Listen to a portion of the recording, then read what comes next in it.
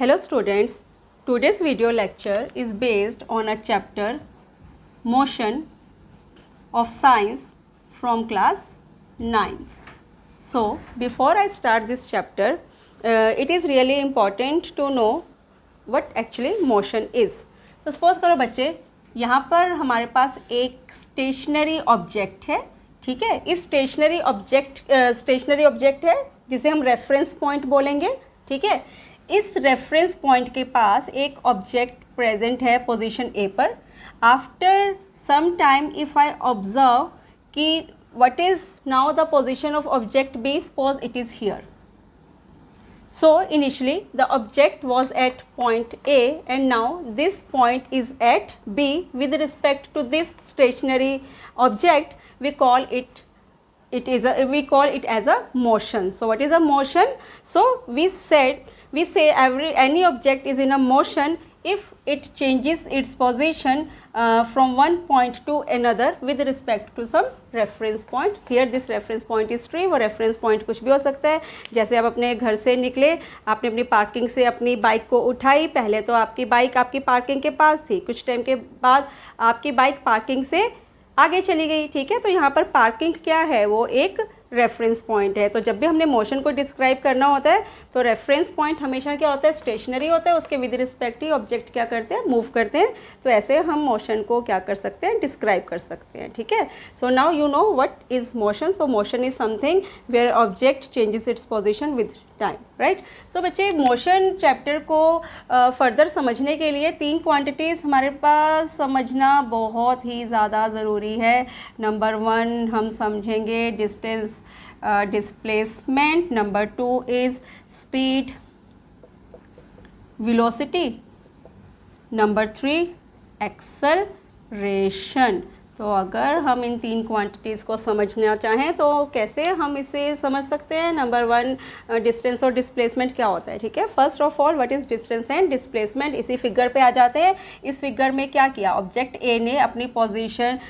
ने अपनी पोजीशन को ए से कहाँ पर शिफ्ट किया, पॉइंट बी पर किया, ठीक है. तो पॉइंट ए से पॉइंट बी पर जाने के लिए इतना पाथ ये ऑब्जेक्ट कवर कर रहा है, ठीक है. सो एक पॉइंट से दूसरे पॉइंट पर जाने के लिए ऑब्जेक्ट जितना भी पाथ कवर करता है बच्चे, उसको हम क्या कहते हैं, उसी को हम कहते हैं distance. We call it as a distance. और यहाँ पर जो डिस्टेंस है उसको कंफ्यूज मत करना. आपकी बुक्स में उसको कई बार एस से भी रिप्रेजेंट कर देते हैं और कई बार स्मॉल डी से भी कर देते हैं, ठीक है ना. तो सपोज हियर डिस्टेंसेस, क्योंकि अभी हम इक्वेशन ऑफ मोशन करेंगे ना, वहाँ पर डिस्टेंस को एस से ही इन्होंने वो किया हुआ है, सिंबल दिया हुआ है, ठीक है. सिंबल दिया हुआ है तो फिर हम भी अभी यहाँ पर इसको एस लेकर ही चलते हैं.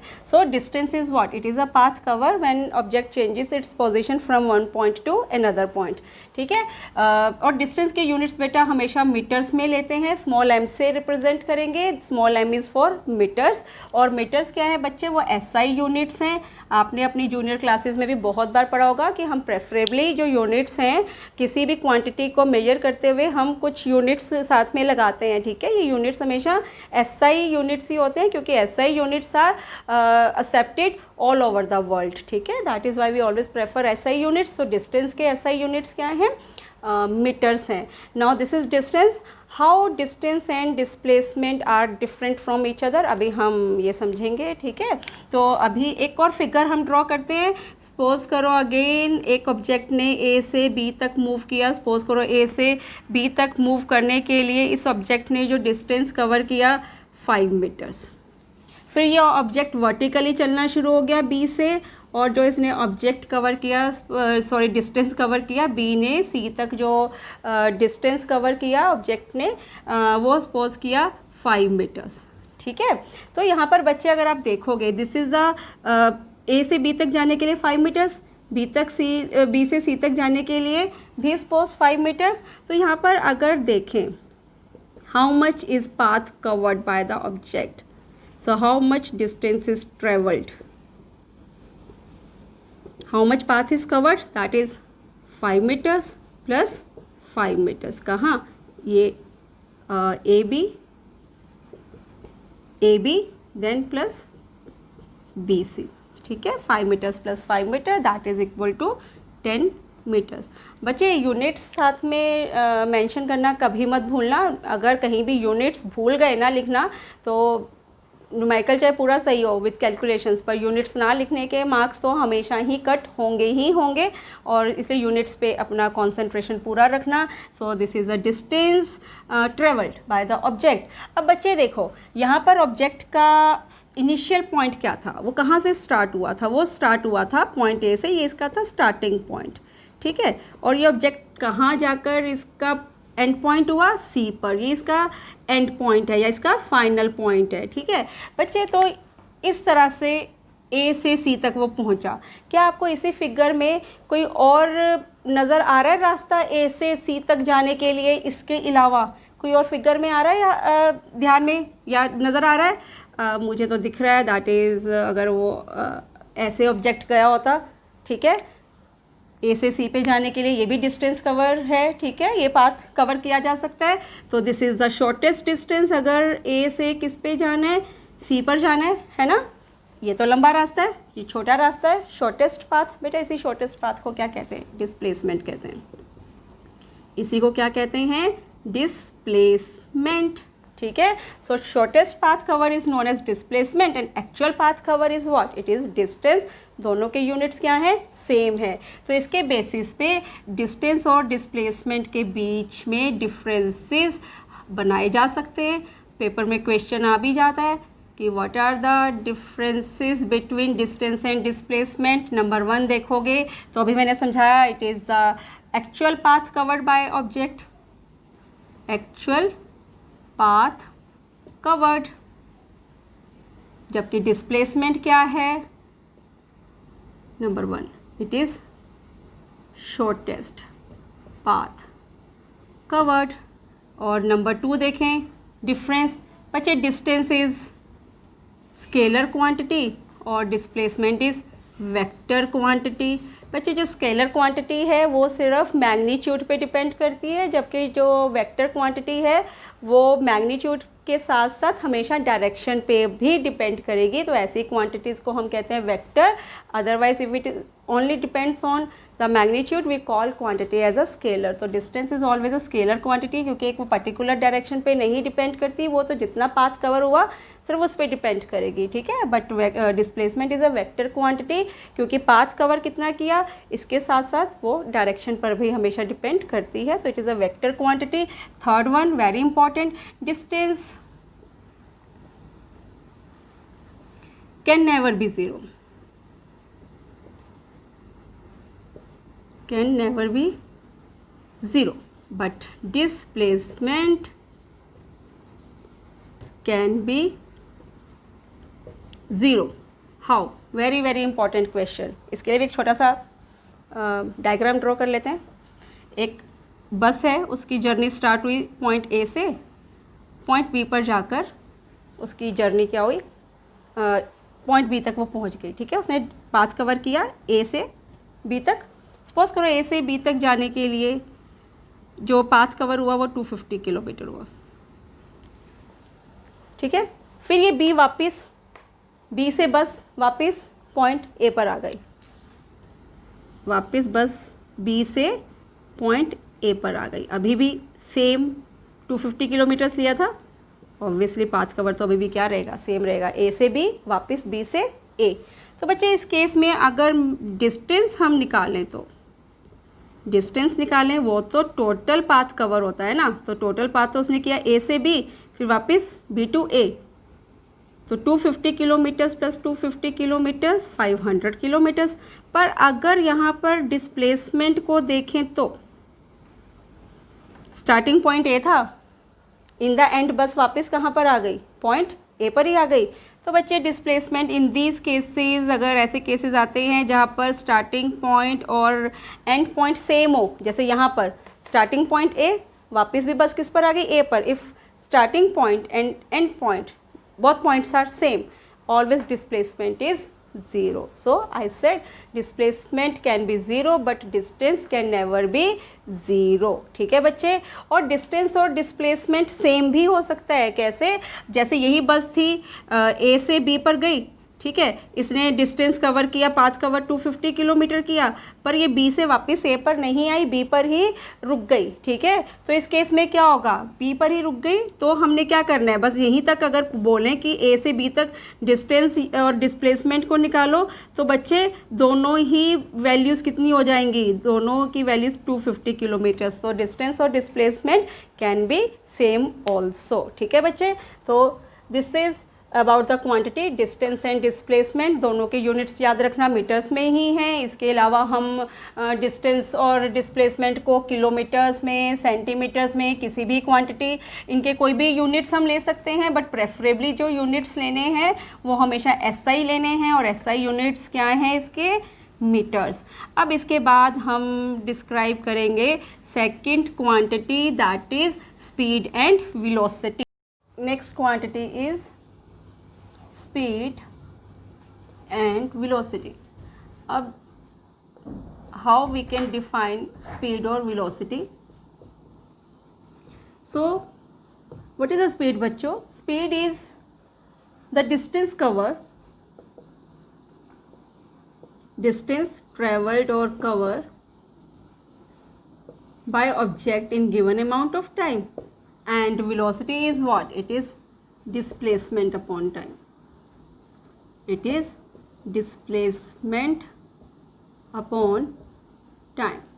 और अगर हम दोनों की ही एसआई यूनिट्स देखें, डिस्टेंस और डिस्प्लेसमेंट को हमेशा मीटर में लेते हैं, टाइम को किस में लेते हैं, सेकंड में, तो इसके यूनिट्स बन गए मीटर पर सेकंड।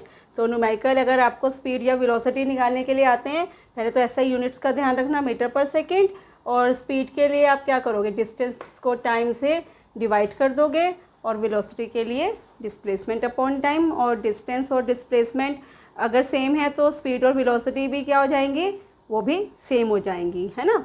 तो देखो इसके बेसिस पे आपको न्यूमेरिकल्स कैसे आते हैं एग्ज़ाम में। सपोज़ करो आपको दो ऑब्जेक्ट दे दिए ए और बी, और आपको बोला कि सपोज़ करो ऑब्जेक्ट ए ने 400 मीटर डिस्टेंस कवर किया 20 सेकेंड में, और ऑब्जेक्ट बी ने सपोज़ करो 800 मीटर डिस्टेंस को ट्रेवल किया 20 सेकेंड में। सो विच ऑब्जेक्ट इज़ फास्टर, ए और बी को कंपेयर करना है, विच ऑब्जेक्ट इज़ फास्टर। तो किसी भी ऑब्जेक्ट को ये देखने के लिए वो फास्ट है या स्लो है, ऑब्वियसली हमें पहले उसकी स्पीड को निकालना पड़ेगा। तो पहले हम ऑब्जेक्ट ए की स्पीड निकाल लेंगे, फिर ऑब्जेक्ट बी की निकाल लेंगे। तो स्पीड का फॉर्मूला क्या होता है, डिस्टेंस अपॉन टाइम। तो डिस्टेंस यहाँ पर कितना है 400 मीटर, टाइम कितना है 20 सेकेंड, और इस केस में डिस्टेंस 800 मीटर, टाइम कितना है 20 सेकेंड। तो यहाँ पर आपका आंसर निकलेगा, क्या निकलेगा 20 मीटर पर सेकेंड। यूनिट्स का ध्यान रखो भाई, मीटर पर सेकेंड, और यहाँ पर आपके पास निकलेगा आंसर 40 मीटर पर सेकेंड।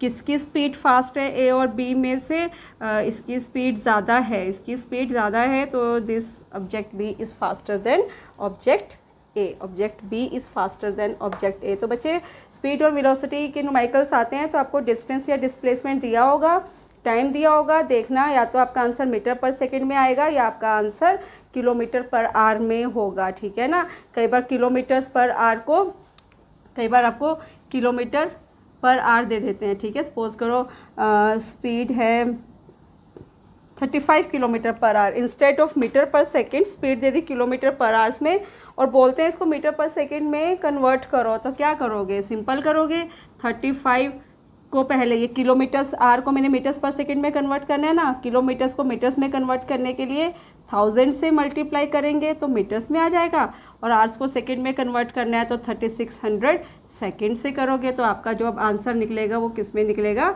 मीटर पर सेकंड में निकलेगा। ठीक है बच्चे, इसके अलावा आपसे पूछ लेते हैं average speed and average velocity. ठीक है, एवरेज स्पीड और एवरेज वेलोसिटी भी आपसे पूछ लेते हैं। अब हम इसकी भी इक्वेशंस देख लेते हैं या न्यूमेरिकल्स कैसे सॉल्व करते हैं। तो next one is here average speed.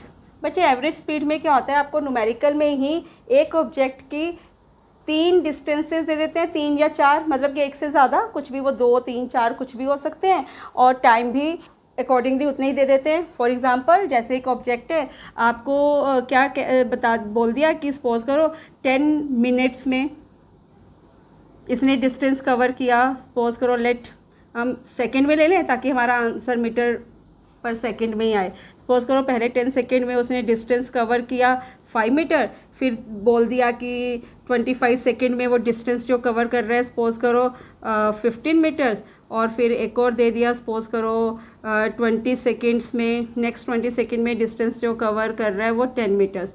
तो बच्चे यहाँ पर आपको 3 डिस्टेंसेस और 3 डिस्टेंसेस के विद रिस्पेक्ट जो टाइम वो ले रहा है वो भी तीनों दे दिया। तो बच्चे एवरेज स्पीड क्या होता है? इट इज़ एवरेज स्पीड का फॉर्मूला अगर मैं यहाँ पहले लिख दूँ, it is total distance upon total time,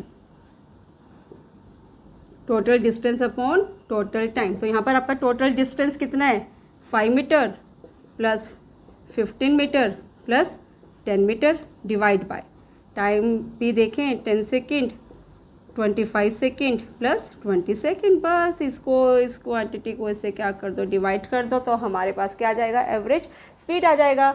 similarly अगर आपसे पूछ लेते हैं एग्ज़ाम में कि एवरेज वेलोसिटी, बच्चे एवरेज वेलोसिटी का फॉर्मूला होता है एक ऑब्जेक्ट है उसकी सपोज करो आपको इनिशियल वेलोसिटी भी दे दिया, इनिशियल वेलोसिटी दे दी u और फाइनल वेलोसिटी दे दी v divide by 2। So average velocity is equal to initial velocity बच्चे u को, ठीक है। अभी हम एक्सेलरेशन में भी देखेंगे u को हमेशा इनिशियल से रिप्रेजेंट करते हैं, इनिशियल वेलोसिटी को सॉरी u से रिप्रेजेंट करते हैं, और फाइनल वेलोसिटी को हमेशा v से रिप्रेजेंट करते हैं एंड डिवाइड बाय 2। जैसे आपको न्यूमेरिकल दे दिया there is one object, its initial velocity is suppose करो 20 kilometre per hour, right, that is initial velocity and its final velocity let it be 60 kilometre per hour, ठीक है। ये आपको numerical में मेंशन होगा। तो आपने क्या करना है, मैंने आपको क्या बोला, एवरेज वेलोसिटी का फॉर्मूला, इन दोनों वेलोसिटीज़ को क्या कर देना है, इनिशियल और फाइनल को पहले ऐड कर देना है। 60 kilometre per our plus 20 kilometre per our divide by 2 कर दोगे तो ये बच्चे आपकी ये क्या निकल आएगी, एवरेज वेलोसिटी। तो एग्ज़ाम में स्पीड या वेलोसिटी या फिर आपसे क्या पूछ सकते हैं, एवरेज स्पीड और एवरेज वेलोसिटी पूछ सकते हैं। अगर दोनों के बीच में डिफरेंसेस देखो, what are the differences between speed and velocity, तो speed is distance travel upon time, velocity is displacement upon time. अगर किसी न्यूमेरिकल में डिस्प्लेसमेंट ज़ीरो हो जाए, ज़ीरो डिस्प्लेसमेंट कब होती है, जब फाइनल और इनिशियल पॉइंट क्या हो जाए, सेम हो जाए, तो डिस्प्लेसमेंट ज़ीरो हो जाती है। तो ऐसे केसेस में वेलोसिटी भी क्या हो जाएगी, ज़ीरो, पर डिस्टेंस तो कभी भी ज़ीरो नहीं होता, तो वहाँ पर स्पीड तो कुछ ना कुछ रहेगी पर वेलोसिटी ज़ीरो हो सकती है। तो इनके अगर हम डिफरेंसेस देखें तो सबसे पहले तो क्या, distance travel upon time, velocity is displacement upon time, क्योंकि वेलोसिटी स्पीड के साथ साथ, वेलोसिटी में हम स्पीड तो देखते ही देखते हैं, स्पीड के साथ साथ हम क्या देखते हैं, डायरेक्शन देखते हैं। स्पीड के साथ हम क्या देखते हैं, डायरेक्शन देखते हैं। सो सेकेंडली आप बोलोगे क्या, वेलोसिटी कौन सी क्वांटिटी बनेगी, स्केलर के वेक्टर। यहाँ पर हम डायरेक्शन देख रहे हैं और जैसी क्वांटिटीज़ जिसमें हम डायरेक्शन भी देखते हैं वो क्या बन जाती हैं, वो बन जाती हैं वेक्टर, वो बन जाती हैं वेक्टर। और स्पीड क्या है, ऑब्वियसली स्पीड है स्केलर क्वांटिटी। यूनिट्स दोनों के सेम, मीटर पर second, kilometre per our. Numerical paper में किस हिसाब से दिए देख लेना, यूनिट्स को गलत मत लिखना।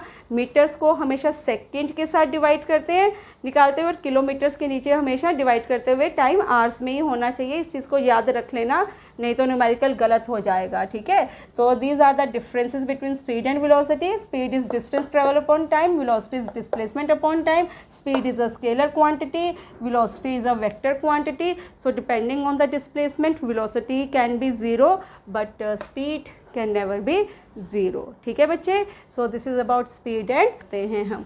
अब देखो स्पीड और वेलोसिटी के बेसिस पे हम मोशन को फर्दर हम इसके बेसिस पे बता सकते हैं कि जो मोशन है ऑब्जेक्ट का वो यूनिफॉर्म मोशन है या मोशन क्या है, नॉन यूनिफॉर्म मोशन है।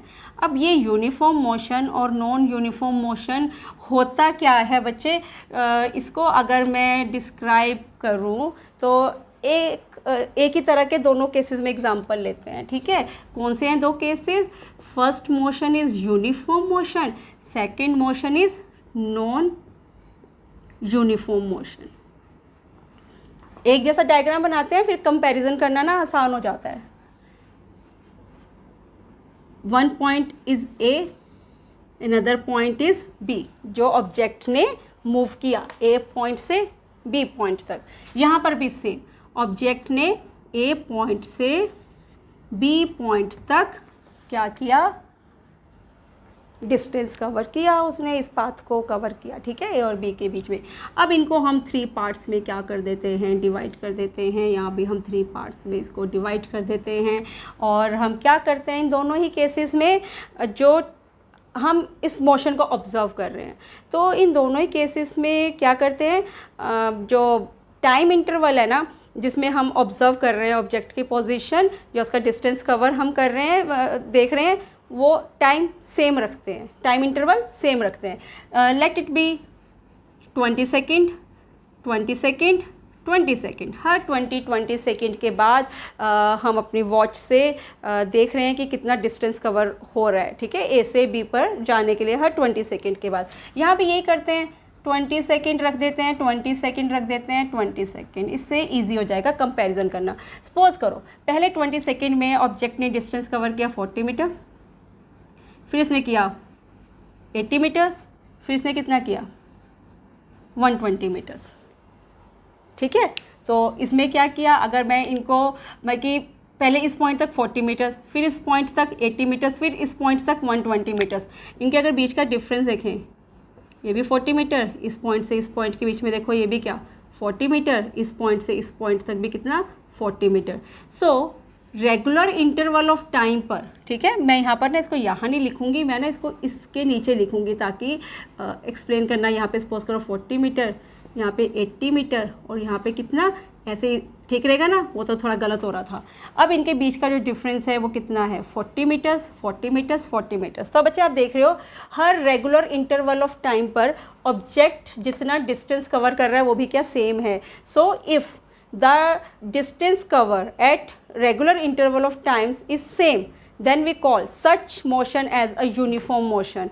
Equal interval of time में if equal distance is covered by the object, we call such motion as a uniform motion. Here suppose करो 20 सेकेंड में पहले ऑब्जेक्ट कवर कर रहा है 30 मीटर्स, ठीक है, इसके इस पॉइंट से इस पॉइंट तक 30 मीटर, फिर इस पॉइंट से इस पॉइंट तक जाने के लिए सपोज 50 मीटर्स, फिर इस पॉइंट से इस पॉइंट पर जाने के लिए 35 मीटर। तो यहाँ पर रेगुलर इंटरवल ऑफ टाइम में जो path cover by the object है, if it is not same we call such motion as a non uniform motion, and if regular interval of time distance cover is also same we call such motion as a uniform motion. आप I think आपको समझ में आ गया होगा uniform motion और non uniform motion में क्या डिफरेंसेस हैं, क्या डिफरेंस है।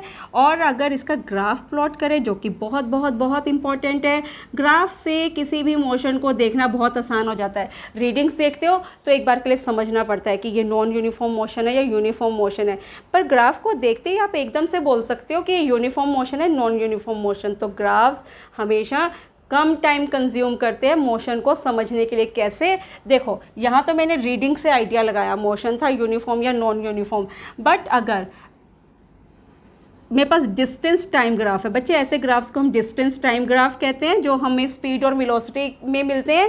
दैट इज़ क्योंकि speed is distance upon time, तो ग्राफ भी क्या डिस्टेंस अपॉन एक एक्स एक्सिस पे हमेशा टाइम लेते हैं और वाई एक्सिस पे हमेशा क्या लेते हैं बच्चे, डिस्टेंस लेते हैं। तो मुझे ग्राफ को देखते एकदम से पता चल जाएगा, मुझे कोई उसकी रीडिंग्स को देखने की ज़रूरत नहीं है। अगर ग्राफ ऐसा सीधी लाइन आ जाती है ना, तो बच्चे हमेशा मोशन होता है यूनिफॉर्म मोशन। तो ये यूनिफॉर्म मोशन है। ऐसे केसेस में ग्राफ हमेशा आपको सेम मिलेंगे। चाहो तो ग्राफ पेपर लेकर ड्रॉ भी कर सकते हो, एग्ज़ाम में आ भी सकता है। कैसे करोगे, मैंने यहाँ पे टाइम लेना ना, पहला टाइम क्या है, यहाँ से शुरू किया 0, 20, फिर मैंने अगले 20 पे देखा, दैट मीन्स कि 40 सेकेंड पे देखा, फिर मैंने अगले 20 पे देखा, दैट इज़ 60 सेकेंड पे। और अगर यहाँ पर मैं डिस्टेंसेस कवर करूँ, पहला डिस्टेंस क्या है 40, फिर अगला क्या था 80, फिर अगला कितना था 120।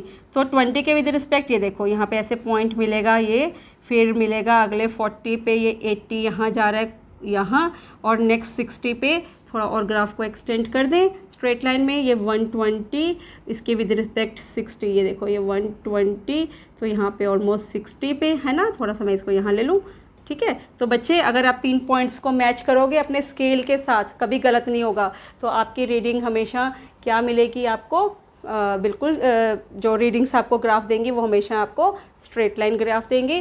बट ऐसे केसेस में जहाँ पर इक्वल इंटरवल ऑफ टाइम में इक्वल डिस्टेंस कवर नहीं हो रहा, बच्चे मतलब ही नहीं है कि स्ट्रेट लाइन मिल जाए, आपको कुछ भी मिलेगा, ऐसे ऐसे कुछ मिल जाएगा, ठीक है, पर वो कभी भी स्ट्रेट लाइन नहीं होगा, राइट। तो यहाँ पर फिर से मुझे क्या लेना है, एक्स एक्सिस पे टाइम लेना है और मुझे वाई एक्सिस पे क्या लेना है, हमेशा डिस्टेंस लेना है। बच्चे ऐसे ग्राफ्स को हम कहते हैं डिस्टेंस टाइम ग्राफ। क्या कहते हैं इनको, डिस्टेंस टाइम ग्राफ। आपको पेपर में आ भी जाते हैं ऐसे ग्राफ्स।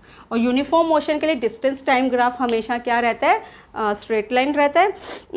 अगर आप डेली रूटीन में देखो है ना कि कौन सा मोशन इजी है अटेन करना, क्वेश्चन आ जाता है, अगर मैं देखूँ इन दोनों मोशंस में से कौन सा मोशन अटेन करना इजी है, तो बच्चे it is always non uniform motion ना।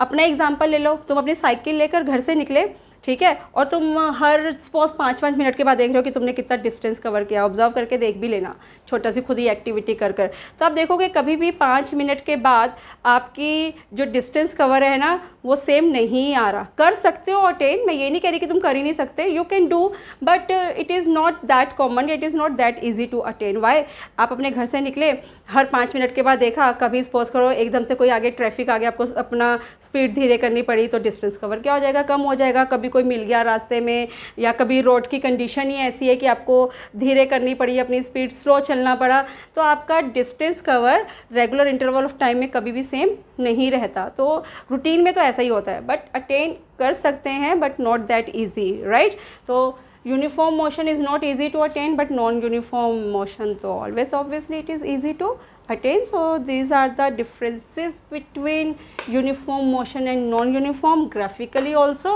and with respect to its readings also. Hope so तुम इसमें अब कभी गलती नहीं करोगे। आंखें बंद करके अगर मैम बोले कि नॉन यूनिफॉर्म या यूनिफॉर्म मोशन को डिस्क्राइब करो, तो आप ग्राफिकली भी दिखा सकते हो और आप एग्जाम्पल भी दे सकते हो, ठीक है बच्चों। अब now we have last quantity जो अभी हम मोशन चैप्टर के लिए समझ रहे हैं। फिर इन तीनों क्वांटिटीज़ के बेसिस पे बच्चे हम क्या करेंगे, हम इक्वेशंस ऑफ मोशन को भी ड्राइव करेंगे ग्राफिकली, मैथमेटिकली। उसके बेसिस पे बहुत न्यूमेरिकल्स हैं और पेपर में तो आता ही आता है। ये सब भी बहुत इंपॉर्टेंट है, 1 या 2 नंबर के ऐसे क्वेश्चन इन जनरल एग्जाम में टीचर्स पूछ लेते हैं। तो नेक्स्ट वन इज़ व्हाट बच्चे, acceleration. Third quantity is acceleration. Acceleration को हम स्मॉल लेटर ए से रिप्रेजेंट करते हैं, right, and it's formula is change in velocity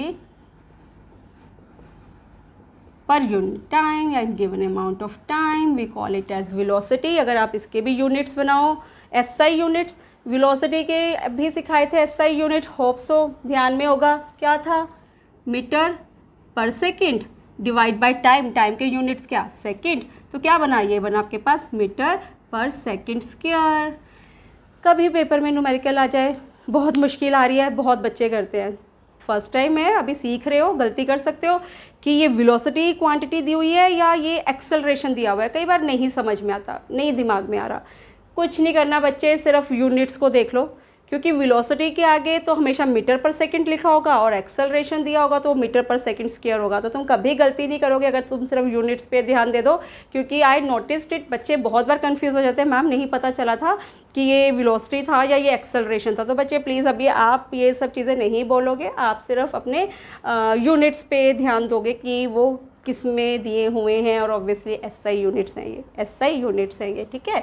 अब देखो चेंज इन वेलोसिटी, बच्चे ये आपको पता ना, जब भी हमने कभी चेंज देखना होता है किसी भी चीज़ में, कहीं भी चेंज, हमेशा हम फाइनल वैल्यू में से इनिशियल वैल्यू को सब्ट्रैक्ट करते हैं तो हमें मिल जाता है चेंज। तो यहाँ पर भी हम यही करेंगे, मुझे चेंज इन वेलोसिटी देखना है तो V माइनस यू करते हैं, V minus U upon T. मैंने बोला आपको हमेशा हायर वैल्यू में से लोअर वैल्यू माइनस होती है, तो V यहाँ पर क्या है, फाइनल वेलोसिटी है, ठीक है, और U क्या है यहाँ पर, U है इनिशियल वेलोसिटी। जैसे एक व्हीकल है वो चला, उसकी इनिशियल वेलोसिटी सपोज करो है 20 किलोमीटर पर आवर, उसकी इनिशियल वेलोसिटी क्या है 20 किलोमीटर पर आवर। कुछ टाइम के बाद उसने अटेन कर लिया 60 किलोमीटर पर आवर, ठीक है, तो उस व्हीकल की इनिशियल वेलोसिटी क्या थी 20 kilometre per our, final velocity क्या है 60 किलोमीटर पर आवर। तो अब क्या करोगे 60 माइनस 20, बहुत न्यूमेरिकल्स आते हैं इसके बेसिस पे, क्योंकि यही हमारी फर्स्ट इक्वेशन ऑफ मोशन भी है। यही इक्वेशन जो ये बनाया ना हमने, a is equal to V minus U upon T, it is a first equation of motion also. इसे हम मैथमेटिकली